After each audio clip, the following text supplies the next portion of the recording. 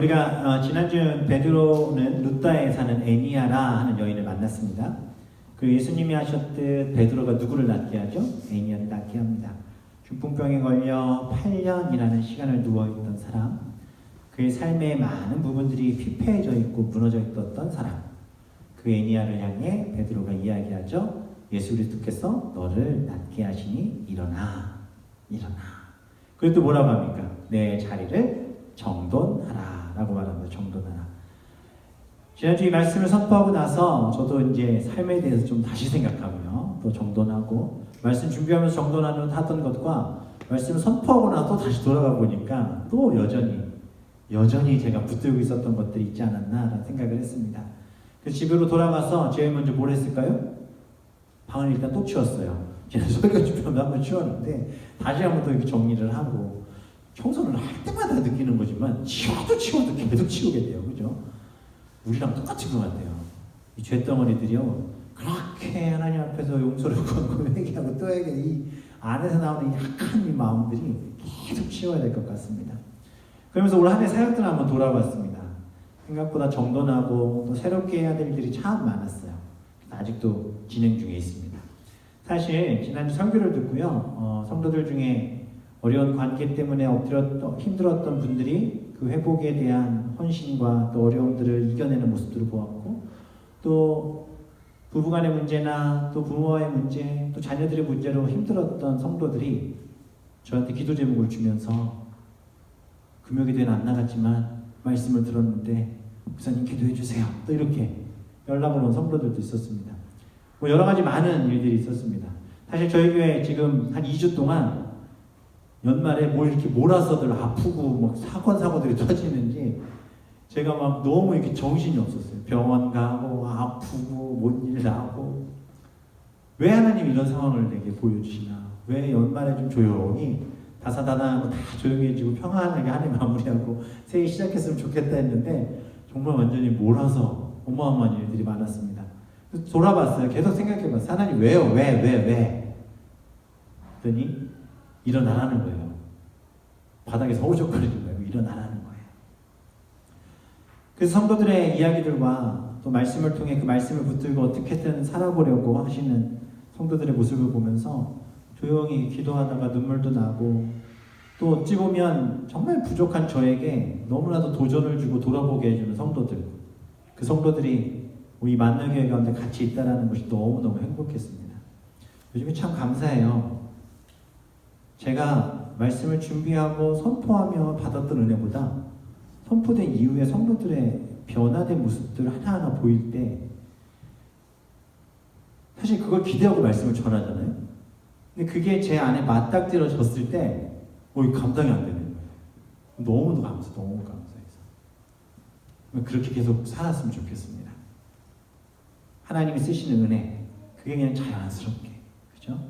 나 좀 내려놓는다고, 나 좀 뭐 이런다고 별일 생기지 않잖아요. 그렇지만 그걸 통해 하나님 일하시는 것 같습니다. 지난주에 애니아는 중풍병에 걸려 누워있다가 일어난 후 사람들에게 선한 영향력을 끼치죠.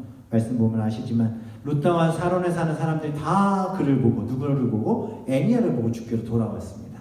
동일하게 이 자리에 있는 우리 성도님들 한 사람 한 사람을 하나님께서 보시고 우리의 모습을 통해 주께로 돌아오게 하는 역사가 일어나게 될 줄 믿습니다. 그 사람이 나의 남편이 될 수도 있고, 배우자가 될 수도 있고, 자녀가 될 수도 있고, 부모가 될 수도 있고, 사업 동반자가 될 수도 있고, 누구든 될 수 있어요. 그러나 그들이 나를 보고 주님과 멀어지는 게 아니라 나를 보고 주께로 돌아오는 역사, 이것이 아마 하나님께서 우리에게 주신 은혜이고 이것이 주님이 원하시는 삶의 모습이라 생각합니다. 그런데 오늘 본문에 또 하나의 여인이 등장을 합니다. 그 여인의 이름은 다비다라는 여제자라고 오늘 본문에 이야기하고 있습니다. 이 다비다는요, 애니아는 중풍병에 걸려 나은 이후에 선한 영향력을 끼쳤다면, 다비다는 이미 살아있는 동안에 너무나도 좋은 영향력을 주변에 끼쳤던 사람이었어요. 사람들을 사랑하고 섬겼던 사람. 그의 삶을 통해 우리가 하나님이 원하시는 참 섬김이 뭔지, 또 그 사랑의 모습이 뭔지를 좀 깨닫고 또 배우고 은혜를 받아 우리가 그렇게 또 흘러가게 하셨으면 좋겠습니다. 그런 은혜가 있기를 소망합니다. 계속해서 말씀을 보면 사실 베드로가 지금 가는 지역이 다 어디예요? 예루살렘입니까? 아니죠. 이방 땅이에요. 이방 땅. 당시 예루살렘에만 구원이 있고 복음이 있다라고 생각했던 유대인들이 너무 많았어요. 초대교회 그 마가다락방에서 성령의 놀라운 역사가 일어났음에도 불구하고 여전히 자신의 틀을 벗어나지 못하고 이 놀라운 은혜와 복음은 이 예루살렘에만 있다라고 생각하고 이방인들에게까지 이것이 전해지는 것이 합당하느냐에 대한 많은 이야기들이 있었던 때거든요. 그래서 이제 그런 부분들이 있었는데 하나님께서는 베드로를 지금 어디로 보내신 거예요? 이방 땅 이것저것을 신방하게 다니게 하시는 거예요. 그런 가운데 오늘 본문에 애니야와 다비다라는 여인을 만났죠. 근데 재미있는 것은 성경에서 말씀들을 쭉 보면은요, 병고침을 받은 사람들의 이름이 딱 기록되어 있는 장면들이 거의 없습니다. 거의. 한번 생각나는 사람 얘기해 보세요. 병고침을 받은 사람들의 이름 딱 떠오르는 사람 누구 있으세요? 성경에서 보통 이렇게 얘기하죠. 성전 미문의 안진뱅이, 중풍병자의 친구, 38년 된 병자, 안진뱅이, 딱 이렇게만 나오잖아요. 유대인들 안에 예수님께서 유대인들을 고치시고 하실 때에는 대부분의 많은 사람들이 그들은 유대인의 혈통을 가진 사람들이었지만 그들의 이름이 노출된 적은 없어요. 거의 없어요. 그런데 베드로가 이방 땅을 다니기 시작하면서부터는 무슨 일이 벌어져요? 이방 땅에 있는 유대인식의 이름이 아닌 이방인식의 이름인 그들의 이름이 성경에 다 기록이 되고 있다는 거죠. 여기에는 베드로를 향한 하나님의 마음과 또 이방인들을 향한 하나님의 마음이 같이 담겨 있거든요. 그들의 이름을 밝히는 이유가 분명히 있다는 것이죠. 어찌되어도 오늘 본문의 말씀은 그렇게 소외되고 외면당하고 아무도 쳐다보지 않았던 그들을 향한 하나님의 발걸음, 예수 그리스도의 걸음이 그들을 향하고 있음을 보게 됩니다. 그래서 오늘 본문 36절 이렇게 시작하죠. 욥바에 다비다라는 여제자가 있으니 그 이름을 번역하면 도르가라, 선행과 구제하는 일이 심히 많더니 라고 얘기합니다. 이 본문에서 보면 잘 볼 수 있는 게 여제자가 있으니라고 얘기해요. 그죠? 제자 하면 딱 남자들만 생각이 나는데 여제자라고 딱 명칭이 명시된 사람은 다비다가 처음입니다. 여제자가 있더니 이 자리에 있는 우리 여자 성도님들 다 주님의 제자 되시길 바랍니다. 이곳에 여제자가 너무 많아요. 한 분, 두 분, 세 분, 너무 많은데 다 여제자가 있습니다. 있더니 그 이름을 번역하면 도르가라 라고 얘기하죠. 선행과 구제하는 일이 많았더라. 베드로가 이동 경로를 보면 아시죠? 사마리아로 지났다가 루다에 갔다가 이제는 욥바라는 지역으로 이동합니다. 욥바 하면 생각나는 사람이 있으셔야 돼요. 욥바 하면 누가 생각나야 되냐면 요나가 생각나요. 요나가. 왜 요나가 생각나야 되냐면 요나가 어디로 도망갔죠? 다시스라는 데로 도망갔죠. 그때 배 탔던 데가 욥바예요. 욥바 땅에서 배를 타고 떠납니다. 거기에 사는 여제자 이름이 다비다. 이 다비다는 당시에 공용어로 썼던 아람어이고 헬러어로는 도르가라고 해요. 신학자들이 이 여인은 당연히 이방 여인이다라고 생각을 했고 또 오늘 본문에도 이방인인 것으로 설명을 하고 있습니다. 이 여인 다비다라는 이름의 뜻은 지극한 아름다움. 그러니까 이게 그 아름다움에 깊이가 있다 뭐 이런 거예요. 그 사람의 삶에서 그 아름다움이 이렇게 뿜어져 나오는 그런 아름다움이라고 할 수 있죠. 이 여인의 모습이 나타나고 있습니다. 그런데 이 여인이 어떻다라고 얘기합니까? 37절에 보면 그때에 병들어 죽었어요. 여기서만 끝이 아니죠. 성경은 분명하게 이야기합니다. 죽었는데 어디까지 갔어요? 시체를 씻어 바닥에 누이니라 라고 말하고 있습니다. 그리고 38절에 보면 또 뭐라고 얘기합니까? 루다가 욥바에서 가까운지라 제자들이 베드로가 거기 있음을 듣고 두 사람을 보내어 지체 말고 와달라고 간청하여 라고 얘기합니다. 베드로가 지금 이곳으로 간 것은요, 베드로가 가고 싶어서 간 건 아니었어요. 아무래도 그 지역에서 애니야를 낳게 했던 이 이야기를 사람들이 또 들었을 것 같고 또 예루살렘의 큰 그 예수님의 수제자인 베드로가 이방 땅을 순시하고 침방하고 다니는 얘기를 들었던 것 같아요. 근데 그래서 그 소문들이 퍼졌던 것 같고 또 하나 이 도르가라는 다비다라는 이 여인이 굉장히 영향력이 있었던 사람인 것 같아요. 어떤 부분이 뒷부분에 나오겠지만 그래서 이 사람이 죽었고 베드로가 가까이 있다는 것을 알았고 그 사람들이 어디로 갑니까? 두 사람을 보낸 거예요. 누구에게? 베드로에게. 베드로는 자기가 애니야를 낳게 하고 있은 그 루다 땅에서 사람들이 찾아와 간청을 하는 거예요. 베드로님, 우리 땅에 있는 다비다라는 너무나도 좋은 분이 계시는데 그분이 지금 죽었습니다. 한 번만 그분을 봐러 와주시면 안 되겠습니까? 라고 얘기하고 있는 거죠. 한 20km 정도 떨어졌기 때문에 4-5시간이면 갈 수 있습니다. 베드로는 그 일을 듣고 그 요파의 사람들은 알지 못하지만 베드로는 지금 돌아다니는 지역이 다 처음 가보는 지역이었지만 그들은 어떤 사람이었기 때문에 예수님을 믿는 사람들이었기 때문에 지체 없이 그곳으로 향해 갑니다. 그리고 본문에 그녀에 대해서 이야기하는 단어 선행과 구제하는 일이 심히 많았다라는 것. 그런 일을 했던 여인, 그 여인이 죽어 시체를 씻어 다락방에 눕혀놓은 상태. 더 이상 희망도 소망도 없는 여인입니다. 어찌 보면 장례식을 다 치른 거예요. 시신을 다락방에 안치해둔 상태였습니다. 그리고 베드로는 사람들의 안내를 받아 다비다의 시신이 안치된 다락방으로 올라갑니다. 그리고 거기에는 많은 여인들이 다비다의 죽음을 슬퍼하며 울고 있었습니다. 그리고 39절의 말씀 다 같이 읽어볼까요? 시작! 베드로가 일어나 그들과 함께 갔을 즈음에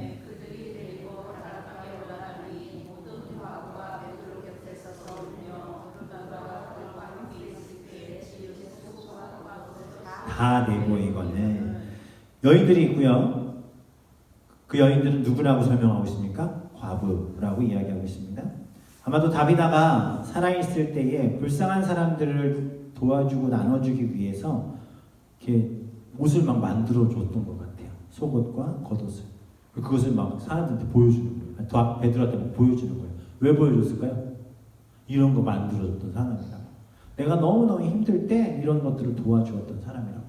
사실 겉옷은 나눠주지만 속옷까지 뭐 만들어주고 나눠주는 사람은 거의 없잖아요. 그런데 다비다는 겉에 보이는 것으로만 섬겼던 사람이 아니라 여기서 본문에서 굳이 성경에서 겉옷과 속옷을 구분해낸 이유는 뭐냐면 다비다는 눈에 보이는 것뿐만 아니라 그 내적인 것, 그 보이지 않는 것까지 신경 쓰고 사랑하여 자신이 할 수 있는 최선을 다해 그들을 섬겼다라는 거예요. 누구에게 보이기 위해서가 아니라는 거죠.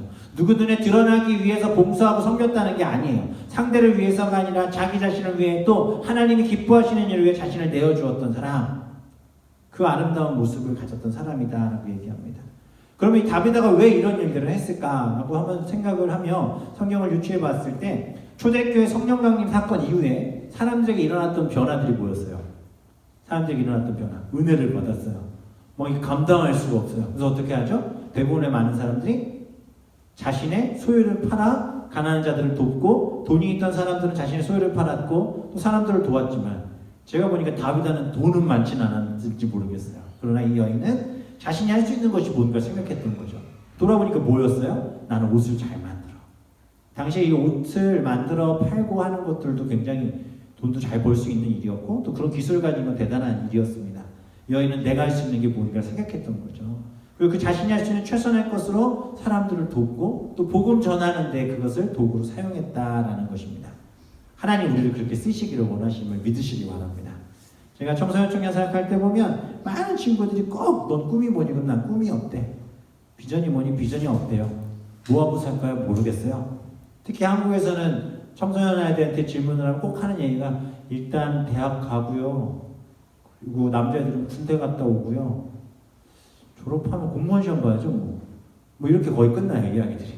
여자아이들도 뭐 하고요? 에이, 좋은 남자마다 시집이나 가야지 뭐 어떻게 하겠어요. 거의 여기서 끝난다는 거예요. 자기들이 무엇을 가지고 있는지 하나님 나를 어떻게 사용하실지 내가 가진 무엇을 가지고 하나님이 쓰실지에 대해서는 전혀 생각을 안 하고 있다는 거죠. 우리는 어떻습니까? 교회 가운데 지금 우리는 무엇으로 섬기고 봉사하실 수 있습니까? 무엇이 되었든 지금 내가 할 수 있는 것 그것을 가지고 일할 때 하나님 기뻐하실 줄 믿습니다. 나는 뭐 설거지를 잘한다. 그럼 주방 봉사할 수 있는 것이고 나는 음식을 좋아한다. 음식을 잘한다. 그럼 그것으로 섬길 수 있는 것이고 보이든 보이지 않든 누가 시키든 시키지 않든 내가 이것을 했다고 해서 누가 칭찬을 해주든 하지 않든 할 수 있는 것을 통해 사람들을 섬기는 일 우리도 이와 같은 삶이 되어야 할 것 같습니다. 서로를 사랑하고 섬기는 것 마치 뭔가 대단한 것이 있어서 하는 일이 아니라 그냥 하나님 주신 마음으로 할 때 거기에 기쁨이 있는 줄 믿습니다.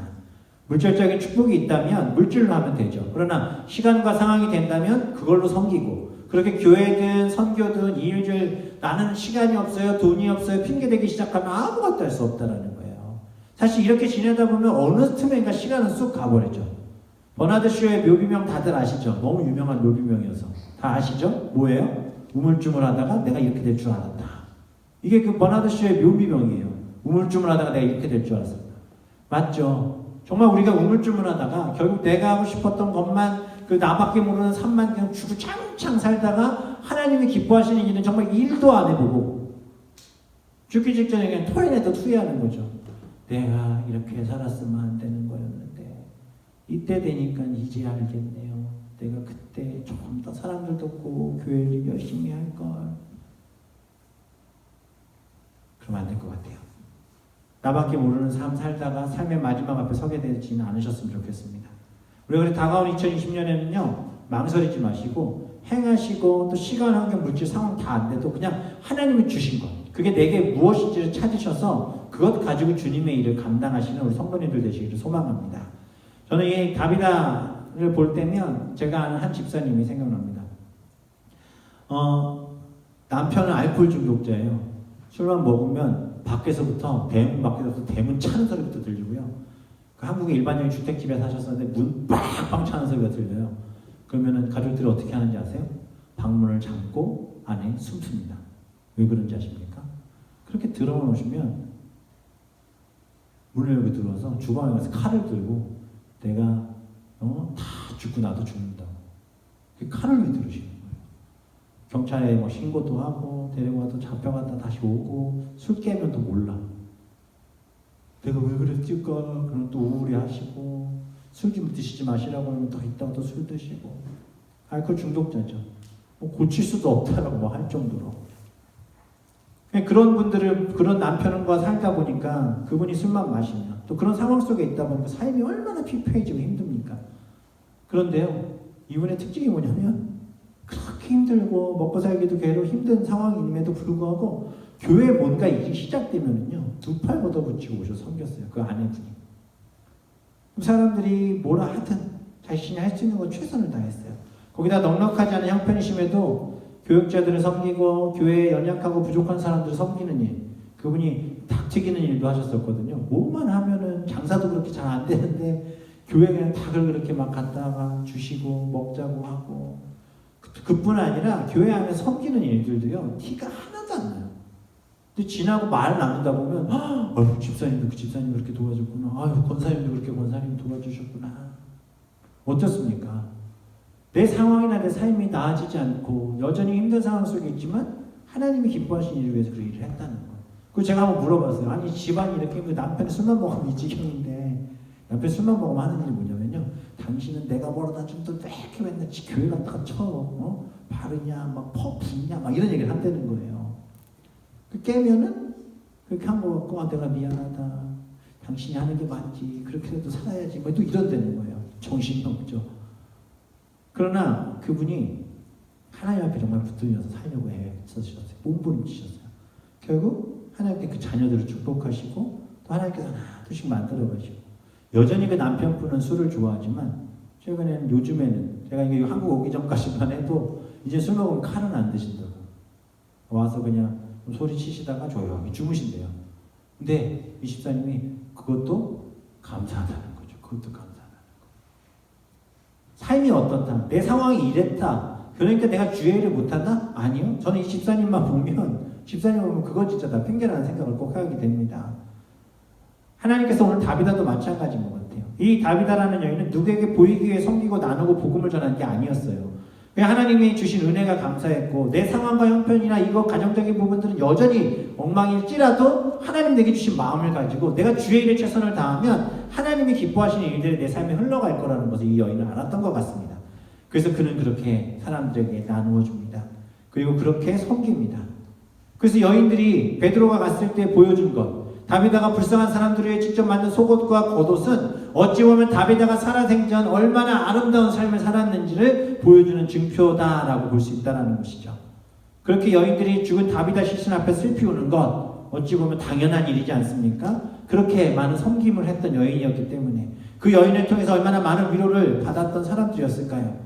다비다가 베푼 그 은혜의 결과, 그 사랑의 결과가 이렇게 많은 사람들이 그 자리에 몰려와 다비다가 만든 옷을 가지고 와서 베드로에게 보여주고 있다는 것입니다. 그러나 이미 다비다는 죽은 상태입니다. 참 보면서 그런 생각을 한번 해봤어요. 제가 죽으면 누군가가 와서 내가 손진웅 목사님 때문에 죽을 뻔했다 살았는데 내가 손진웅 목사님 때문에 하나님씩 그 은혜 말씀 때문에 내가 이렇게 했었는데 하면서 저를 찾아올 분이 얼마나 될까? 내가 과연 그렇게 섬기고 또 그렇게 내가 살았는가? 라고 생각을 해보니까 저는 아직 죽을 난 먼 것 같아요. 왜냐면 별로 생각이 잘 안 나는 거예요. 어떠세요? 나 죽으면 누가 와서 아이고 잘 죽었다 잘 죽었어 이런 얘기를 하진 않을까? 장례식은 안 찾아도 죽었어? 정말? 그 사람 그렇게 갈 줄 알았어? 뭐 이런 얘기를 혹시 듣지 않을까? 혹시 이런 생각은 드시는 분은 안 계시죠? 없으리라 믿습니다. 그와 반대되는 인생이 되시기를 소망합니다. 한번 돌아보셔야 되지 않겠습니까? 결국 우리도 죽게 될 텐데 사실 나의 가족을 제외하고 몇 명이나 정말 마음 아파 슬퍼하는 일이 있겠습니까? 그렇게 보면 장례식을 할 때마다 느끼는 거지만 좀 잘 살아야 되겠다는 생각을 종종 하게 됩니다. 여기 밴쿠버에 와가지고 얼굴도 모르는 일면식도 없는 분 두 분의 장례식을 제가 그 아는 분들 건너 막 요청을 해주셔서 아무도 이분 장례식을 안 해주신다는 거예요. 그래서 이제 건너 저 갈 때까지 왔는데 너무 간곡하게 부탁을 하셔서 제가 일단 가겠습니다 하고 갔는데 두 분 다 하나님을 모르는 분들이에요. 근데 그냥 목사가 장례식을 집도해야 된다는 생각 속에 부른 거죠. 그중 한 분이 참 기억에 나요. 얼굴도 모르는 어떤 분인데 그냥 갔어요. 갔는데 이제 갔더니 한국에서 아들분이 오시고 여기 사는 아들분이 계시고 저는 말씀을 전하고 기도를 하고 크리스찬 방식으로 제가 장례를 진행합니다. 그거에 대해 동의하십니까? 라고 물었더니 자기는 한국에서 이제 큰 교회 다니는 뭐 집사이기 때문에 오케이 하시면 난 그렇게 하겠습니다 하는데 동생이 여기 사는데 어머니를 계속 케어했던 분이 불교신 거야. 여기서 불교 찾기 힘든데 불교를 그렇게 열심히 다니시는 분 계시더라고요. 그랬더니 그분은 그건 좀 반대를 하겠다라는 거예요. 그럼 제가 뭐라고 그랬냐면 제가 가겠다고 그랬어요 집에. 그때 형이 막 데리고서 막 이러더니 한참 얘기가 돌아오더니 그냥 그렇게 하기로 하시겠다고. 근데 제가 본문을 다른 걸 가지고 왔다가 그 순간 마음이 확 바뀌었어요. 저도 이러면 안 되는데 이거는 복음을 전하는 하나님의 메시지인가 보다. 그 본문을 딱 바꿔서 죽은 사람을 향해 내가 뭐라고 할 게 뭐가 있겠습니까? 산 사람이라도 좀 잘했으면 좋겠다.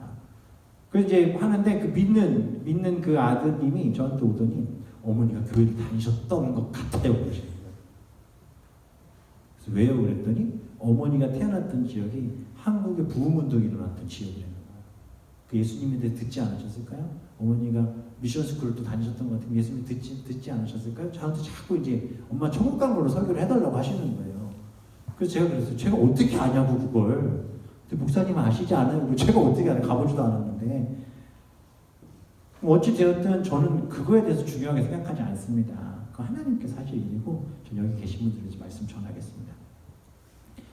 참 뭔가 답답했습니다. 그리고선 그렇게 근데 하객이 하나도 없었어요. 그 아들 둘, 그 가족 딱 8명 끝. 그리고 이제 장례식을 딱 치러드렸죠.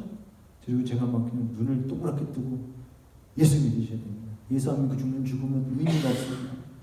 구원받고 어머니가 천국을 가셨는지 안 가셨는지 저는 모르지만 하나님은 아시겠죠. 그러나 좋은 곳에 가시길 원하셨다면 어머니가 만약에 천국에 계시다면 믿지 않고 결코 우리가 이 땅에서의 마지막 이후에 어머니를 절대 볼 수가 있다 없다? 없습니다. 오직 예수만이 길입니다. 이거 딱 했어요. 하다가 막 땅바닥 쳐다보다가 막 이러고 있다 끝났어요.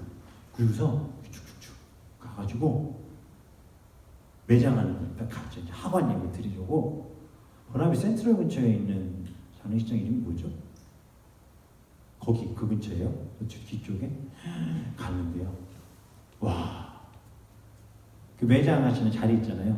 그 옆에 그 회의하는 방 있죠. 그건 2배 되나? 2만 원, 2만 원. 거기 앉아서 공간 이렇게 다 만들어 놓으시고 딱 봐도 얼마인지 저는 잘 모르겠지만 제가 그동안 갔던 장례식 이 땅에서 장례식 갔던 것 중에 제일 크고 화려했어요. 제일 크고 어마어마했어요. 버나비에 거기에 무슨 장례식에서 기억을 안 나지만 참 뭔가 이렇게 가슴이 허전한 거예요. 이게 뭐지? 이게 뭐지? 그렇게 화려하게 죽은 이후에 자리들을 마련하고 그렇게 하는 것이 과연 얼마나 의미가 있을까? 상관 예배 드리는데도 마음이 답답했습니다. 그리고 그렇게 이야기를 했던 것 같아요.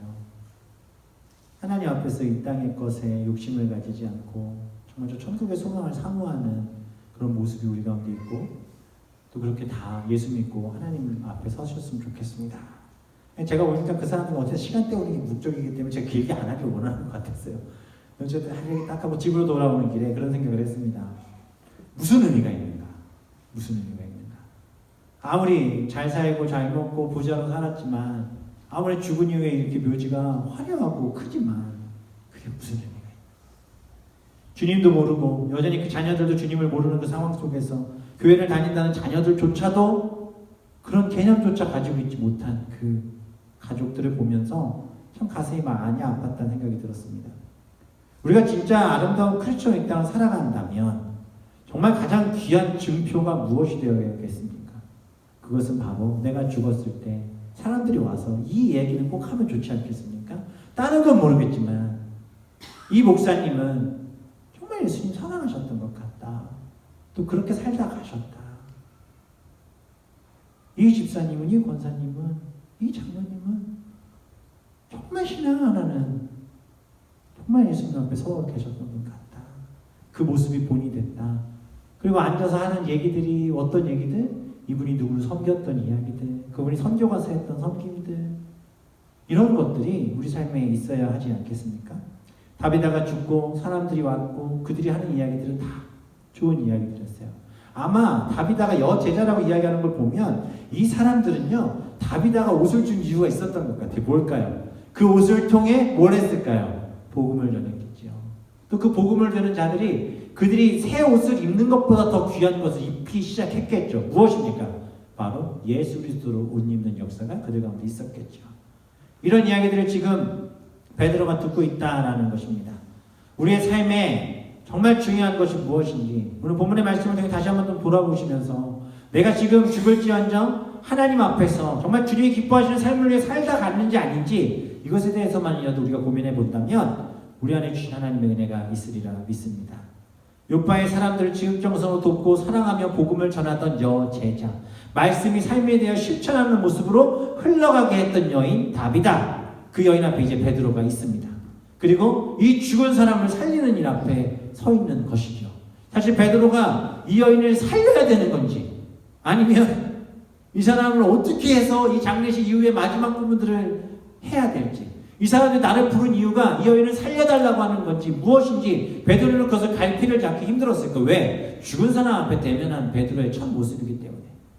그러나 이때 베드로는요, 지난주 우리가 애니아의 모습을 통해서도 보았지만 베드로가 이 순간에 또 누구를 생각해내는지 아십니까? 바로 예수님입니다. 예수님. 베드로가 죽은 사람 앞에 딱 놓고 무슨 생각을 했겠어요? 그가 지금 이 일 앞에 서 있죠? 베드로의 머릿속에 자연스럽게 예수님이 죽은 사람을 살렸던 때를 기억해냈을 것 같아요. 근데 오늘 본문의 장면과도 너무너무 비슷한 한 여인의 죽음 앞에 예수님이 계셨었어요. 누굴까요? 바로 회당장 야이로의 딸이었습니다. 마가복음 5장 후반부에 나오는 이 본문에서 예수님은요, 제가 이 말씀을 보면서 살짝 이렇게 소름이 돋는 게 뭐냐면 훗날 베드로가 이런 일 앞에 직면할 것을 마치 아셨던 것처럼 부모와 제자 몇 명만 남기고 다 나가라고 하셨어요. 다 나가라고. 그리고 예수님은요, 그 회당장 야이로에 따라 손을 잡고 이르실 때 뭐라고 합니까? 달리다 굼, 소녀야 일어나라 라고 말씀하시기 소녀가 일어나 걸었고 먹었던 그 일. 베드로가 이 다비다의 앞에 있을 때, 죽은 사람 그 시신 앞에 있을 때에 베드로가 그것을 생각해낸 것 같아요. 당연히 생각이 났겠죠. 예수님은 어떻게 하셨는지. 그리고 베드로가 오늘 본문에 보면 그것을 본 그대로 그가 해야 될 일을 시작하고 있어요. 40절에 보면은요, 베드로가 뭐합니까? 사람들을 다 내보내고. 여기서 가족들과 누구 같이 간 사람이 없었으니까 그건 아니에요. 가족들도 쓰지 않아요. 그냥 다 내보냅니다. 그리고 무릎을 꿇고 기도해요. 사람들 다 내보내죠. 중풍병자 애니아에게 아들 예수 그리스도의 이름으로 일어나라 라고 말하기만 한 것이 아니라 베드로는요, 사람들을 일단 내보내요. 그리고 어떻게 합니까? 죽은 시신의 그 단상 앞에 무릎을 꿇습니다. 그곳엔 다비다의 시신과 베드로밖에 없었습니다. 그런데도 베드로는 사람들이 보든 보지 않든 그 자리에 무릎을 꿇습니다. 이미 죽은 다비다의 시신을 향한 무릎 꿇음이었을까요? 아니죠. 그 일을 행하신, 그곳에 임재해 계신 누구를 향한? 주님을 향한 무릎 꿇음이었죠. 동시에 그것은 죽은 다비다를 위한 무릎 꿇음이었기도 했습니다. 즉 살아있는 사람이 죽은 자를 위하여 주님 앞에 무릎을 꿇은 거예요. 유대인의 생활은 우리처럼 맨바닥 문화가 아니기 때문에 침상과 의자에 눕거나 또 이게 높이 있잖아요. 죽은 자의 시신도 맨바닥이 아닌 침상 위에 있었겠죠. 다비다의 시신은 침상 위에 안치되어 있었고 그렇게 죽어있는 그녀를 위해 베드로가 맨바닥에 무릎을 꿇습니다. 그리고 죽은 자를 위해 살아있는 베드로가 죽은 자보다 더 낮은 곳에 자리를 잡은 거죠. 그리고 그 낮은 곳에서 누구를 위해? 베드로는 죽은 그녀를 위해 기도하기 시작합니다. 예수님은 야이로의 딸이 손을 잡아 일으키셨지만 베드로는 무슨 생각을 했던 것 같으세요? 예수님이 하신 걸 똑같이 하면 어떻게 하면 돼요? 그 여인의 손을 잡고 일어나라 하면 돼요. 근데 베드로가 여기서 너무너무 아름다운 게 뭐냐면 자신이 일을 감당할 수 없음을 알았던 거예요. 이거 내가 할 수 있는 일이 아니다. 내가 예수님을 어설프게 따라해서 될 일이 아니라는 거예요. 그리고 죽은 시체 앞에 무릎을 꿇어요. 그리고 앉아서 간절히 삶의 주관자 되신 예수님 앞에 기도하기 시작합니다. 무릎을 꿇고 기도하고. 이 본문을 묵상하면서 저는 로만 카톨릭이나 지금 유럽에 있는 뭐 베드로 성당도 있고 베드로를 굉장히 성삼 숭배하는 사람들이 많이 있잖아요. 그 사람들이 하는 이야기들 중에 이 이야기가 있어요. 베드로에게 기도하는 사람들이 있어요. 죽은 자를 살렸던 그런 능력을 우리에게 달라고. 베드로가 하늘에서 막 땅을 치며 울 것 같아요. 쟤네 뭐 하냐고. 베드로가요 자신의 능력으로 무엇을 한 적은 한 번도 없어요. 이것은 사람들 누구에게 보이고 싶어 하지도 않았던 거예요. 너무나도 겸손하게 자기를 내려놓고 무릎을 꿇고 기도해요. 그 위에 얘기하죠. 돌이켜 시체를 향하여 이르되 다비다야 일어나라 하니 그가 눈을 떠 베드로를 보고 일어나 앉는지라. 여기서 원래 원문을 보면은요 여기에 아람어가 써요. 뭐라고? 달리다구. 달리다구라고 써 있어요. 누가 하는 것처럼? 예수님이 하신 것처럼. 예수님이 회당장 야이로의 딸에서 하는 모습 그대로 선포해요. 누구를 향해? 죽은 다비다의 시체를 향해 놓고 시체를 향해 다비다야 일어나라. 다비다야 달리다구 일어나라 라고 부활을 선언하는 거예요. 그리고 나서 누가? 다비다가 눈을 떠 무릎 꿇고 있는 베드로를 바라봅니다. 그렇게 부활한 다비다의 손을 잡아 일으켜 절망에 놓여 울고 소동하는 과부들에게 그 여인을 보입니다. 그리고 42절에 온 요파 사람이 알고 많은 사람이 주를 믿더라. 여기서 우리가 정말 중요한 것 몇 가지를 베드로의 모습을 통해 볼 수 있죠. 첫 번째, 베드로는요 절대 사람 보이려고 주의 일을 행하지 않습니다. 그 누구에게도 인정받으려 하지 않아요. 오직 누구에게만? 예수 그리스도. 교회에서 문제가 생기고 상처가 생기고 싸움이 일어나는 이유가 뭔지 아세요? 우리가 너무 고개를 꼿꼿이 세우고 살아서 그래요. 뭘 해도 자꾸 사람들이 알아주기를 바라는 사람들이 너무 많아요. 교회가 알아줘야 되고 담임 목사님 알아줘서 칭찬해주고 물론 필요해요. 격려해주고 또닥여주는 거 필요하죠. 그러나 우리가 그것 때문에 교회 일을 하는 것이 있어서는 절대 안 되리라 믿습니다. 두 번째, 베드로가 지금 누구 앞에 무릎을 꿇었어요? 하나님 앞에, 예수님 앞에 무릎 꿇었지만 또 하나, 죽은 시신 앞에 무릎을 꿇었다라는 거예요.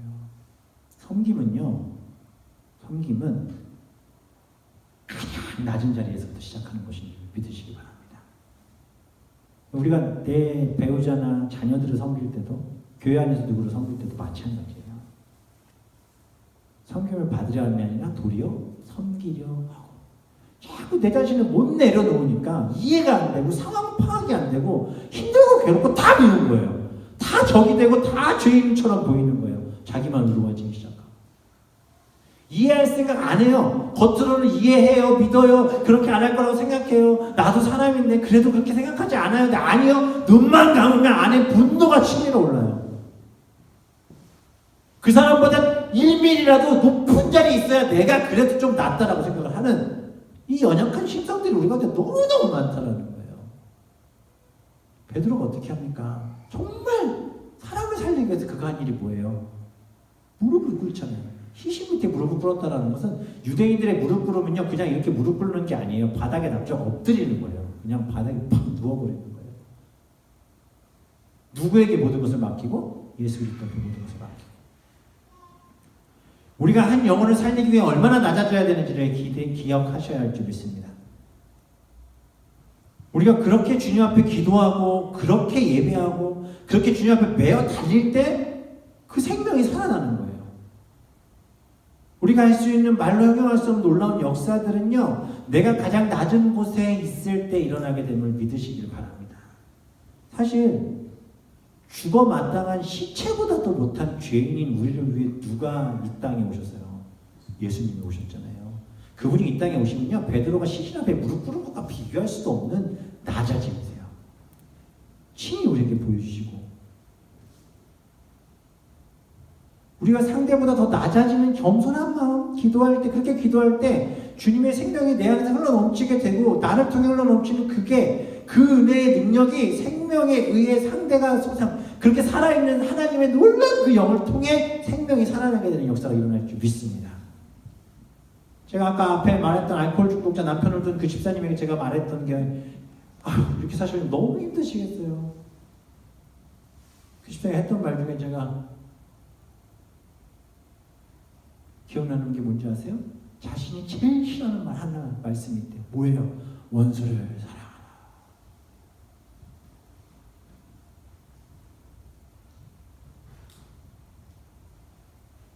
원수를 사랑하십시오. 그 말씀 없어서도 자기는 더 이상 이 사람하고 안 살았을 거예요. 그리고 산다는 거예요. 그리고 기도한다.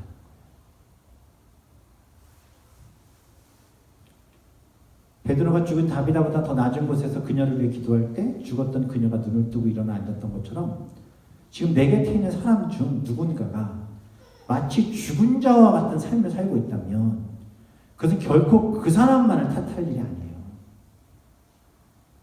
그것은 주님께서요, 나를 믿으시고 그를 내 곁에 두신 거예요. 믿으십니까? 아멘이 힘들죠?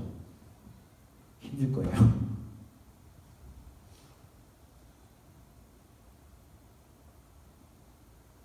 왜 그 사람이 바뀌지 않을까요? 내가 하나님께서 죽은 다윗 앞에 베드로를 두신 것처럼 그 사람들 앞에 나를 두셨거든요. 근데 우리가 그 사람보다 여전히 낮아지지 못하고 그들을 더 낮은 모습으로 대하지 못하니까 그 사람들이 바뀌지 않는 거예요. 그 누구보다 낮은 마음을 가지고 있을 때 이 땅에서 사람을 살리는 진정한 크리스천이 되어 살아가게 될 줄 믿습니다. 주님을 믿는다고 하면서 일평생 정말 한 영혼도, 아니 나와 가장 가까이 있는 사람의 영혼도 살리지 못하고 피폐하게 죽어지게 만들어가고 있다면 우리가 정말 예수님을 믿고 살아가는 것인지, 주님의 참 생명을 정말 품고 살아가는 진정한 크리스천인지 한번 생각해 보셨으면 좋겠어요. 2019년 12월도 얼마 안 남았잖아요. 올 한해 돌아보면서 좀 돌아보시되 후회되는 일이 얼마나 또 있겠습니까? 여전히 작년이나 지금이나 변한 것 없이 이 자리에 계시지 마시고 더 이상 후회 남는 일 남기지 마시고, 주님이 내가 생각할 땐 과할 정도로 낮아지라 하실지라도 내가 정말 바닥을 기는 섬김을 할지라도 주님이 나를 위해 십자가 지신 그것보다 더한 섬김은 있을 수가 없습니다. 낮고 낮은 마음, 그리고 그 가운데 하나님 주시는 그 은혜, 그것을 붙들고 올해가 가기 전에 내 곁에 정말 죽어지고 있는 누군가가 있다면 그를 위해 정말 내려놓고 기도하셔서 하나님이 이루시는 놀라운 은혜를 경험하게 되시기를 주님의 이름으로 축원합니다. 베드로는 그렇게 그 일을 감당했던 거예요. 온 요파 사람이 알고 많은 사람, 누구를 믿어요? 주를 믿더라. 이방 땅에 흐르는 그 종교적인 관습 중에 하나가 뭔지 아세요? 위대한 일을 일으킨 사람이 있으면 그 사람을 믿어요. 그 누구도 베드로를 향하진 않죠. 누구를 향해요? 주를 믿더라. 베드로는 사라져버린 거예요. 베드로는 완전히 사라져버린 거예요. 누가? 오직 예수 그리스도만. 우리가 누군가를 살리고 싶을 때, 기도할 때 꼭 그런 얘기 하지 않습니까? 내가 너를 위해서 기도했어. 물론 중요한 단어이죠. 중요한 말이죠. 꼭 이야기 한번 해주고 싶죠.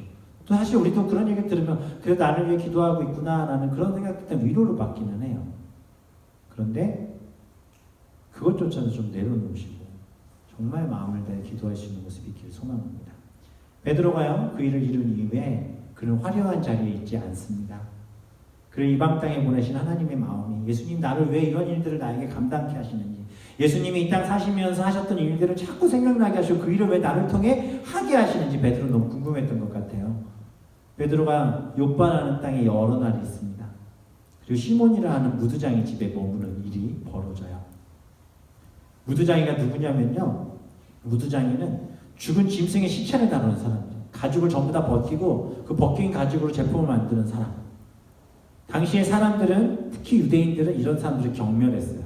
냄새가 나고 좋지 않은 직업을 가진 사람을 인식했거든요.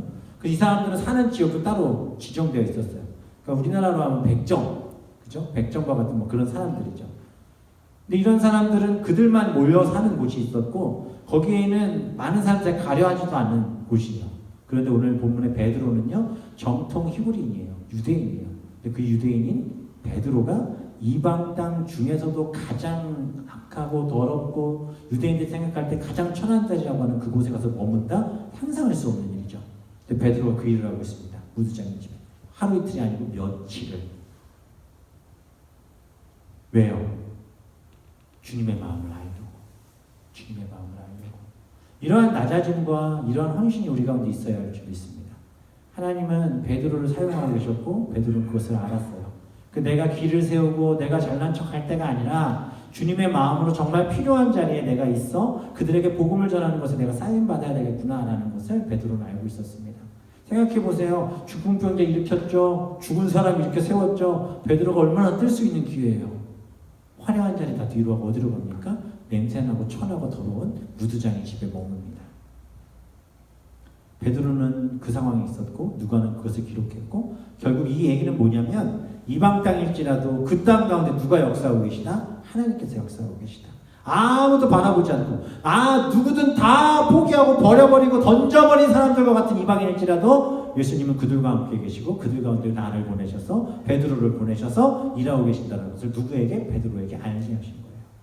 우리는 우리의 가정과 우리가 있는 일터와 내가 만나는 사람들 가운데 보내심을 믿으시기 바랍니다. 오늘 말씀 들으셨기 때문에 이제 빼도 박도 못해요. 기도하시고 선포하세요. 하나님, 나를 보내신 그곳에 내가 쓰임받겠습니다. 내가 낮아지겠습니다. 하나님 아버지의 마음을 갖겠습니다. 꼭 그렇게 사셨으면 좋겠어요. 그래서 오늘부터 시작. 뭐가 시작이냐면 나와 함께하는 자들이 나의 낮아짐과 그들을 향한 기도를 통해 회복되는 역사가 있기를 소망합니다. 이런 간증들이 우리 삶에 넘치기를 또한 소망하고 기도합니다. 저도 그렇게 하겠습니다. 그렇게 하나님이 쓰시는 그 놀라운 생명책에 우리의 이름이 기록되어지길 소망합니다.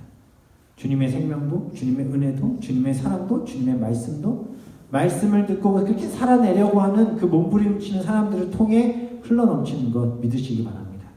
그리고 오늘 이 말씀을 통해 하나님 우리에게 주신 그 말씀을 또 붙잡으세요.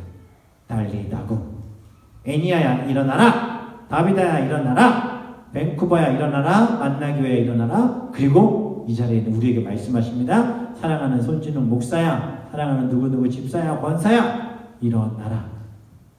그렇게 우리가 먼저 일어나서 무기력증에 빠져 죽어가는 사람들을 향해 하나님의 마음을 전하는 베드로처럼 쓰임받기를 소망합니다. 올 한 해 많이 애쓰고 수고하셨습니다. 어제나 오늘이나 영원토록 변함없는 그 주님이 우리를 사용하셔서 주변에 아무리 힘들고 어려운 일들이 있을지라도 능히 감당하여 이기게 하셔서 우리를 이 땅 가운데 가장 존귀한 복음 전하는 자들로, 우리 주변에 악하고 더러운 것들을 깨끗하게 하는 좋은 생수로 우리를 사용하실 줄 믿습니다. 말씀을 쭉 묵상하고 요즘에 계속 성경을 보는데 고린도서 말씀을 계속 묵상하게 됐어요. 말씀 준비 다 하고 나서 하나님 주신 그 말씀을 함께 나누고 말씀을 맺겠습니다. 우리 함께 읽겠습니다. 시작.